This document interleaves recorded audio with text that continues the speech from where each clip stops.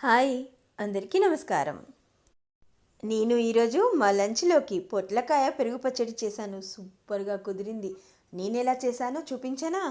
ముందుగా పొట్లకాయని చిన్న ముక్కలుగా కోసుకొని ఆవిరికి ఉడికించాను. అరకిలో పొట్లకాయ ముక్కలకి 600 గ్రాముల పెరుగు వాడాను. పెరుగు పచ్చడిలోకి ఆవ నూనె పోపు చేస్తే చాలా నచ్చుతుంది మా ఇంట్లో అందరికీ. అందుకోసం ఆవ నూనెలో పోపు. పోపులోకి జీలకర్ర, ఆవాలు, కరివేపాకు, పుదీనా, మెంతి పొడి. ఇది ఇలా పోపు చేసిన వెంటనే వేడిగా వేయకూడదు పెరుగు పచ్చళ్ళలో. అలా చేయడం వల్ల పెరుగు విరిగే అవకాశం ఉంటుంది. అందుకోసం పోపు ముందుగా చేసుకొని చల్లారడం కోసం పక్కన పెట్టుకోవాలి. అండ్ ఈరోజు కూడా ఉదయం సామల అంబలి, అలాగే డ్రై ఫ్రూట్స్.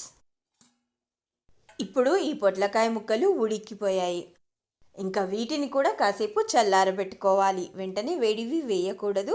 ఈ పొట్లకాయ ముక్కల్ని డైరెక్ట్గా వేడి నీళ్ళలో వేయకుండా ఆవిరికి ఉడికించినా సరే పొట్లకాయలు నీళ్ళని అబ్జర్వ్ చేసుకుంటాయి. ఇప్పుడు ఆ నీళ్ళన్నింటినీ కూడా పిండేసుకోవాలి, లేదంటే పెరుగు పల్చగా అయిపోతుంది. పాల ఉత్పత్తులని బాగా తక్కువ చేస్తున్నాం వాడటం అని చెప్పాను కదా. అంటే పూర్తిగా మానేయడం కాకుండా వీలైనంత వరకు తక్కువగా వాడుతున్నాము. అలా చాలా రోజుల నుంచి పెరుగు వాడకం తక్కువ చేశాము. మజ్జిగనే తీసుకుంటున్నాము ఇంట్లో. కానీ పొట్లకాయ పెరుగు పచ్చడి అంటే దాని రుచి సెట్ అవ్వాలి కాబట్టి ఇది పెరుగుతో ఈరోజు. నీళ్లు పిండిన పొట్లకాయ ముక్కల్ని పెరుగులో వేసుకున్న తర్వాత పోపు కూడా వేశాను. అలాగే పచ్చిమిర్చి కారంలో ఉప్పు ఉంది కాబట్టి చూసుకొని జాగ్రత్తగా అవసరాన్ని బట్టి మరికొంత ఉప్పు వేసుకున్నాను.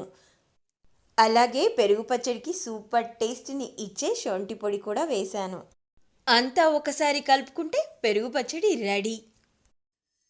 పిల్లలకి ఈరోజు ఒక బాక్స్లో సామల అన్నం, మరొక బాక్స్లో పెరుగు పచ్చడి పెట్టి ఇచ్చాను.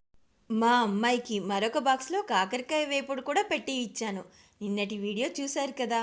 పెరుగు పచ్చడికి యమ్గా ఉంటుంది అంచుకు పెట్టుకుంటే. మీరు చేయండి తప్పకుండా.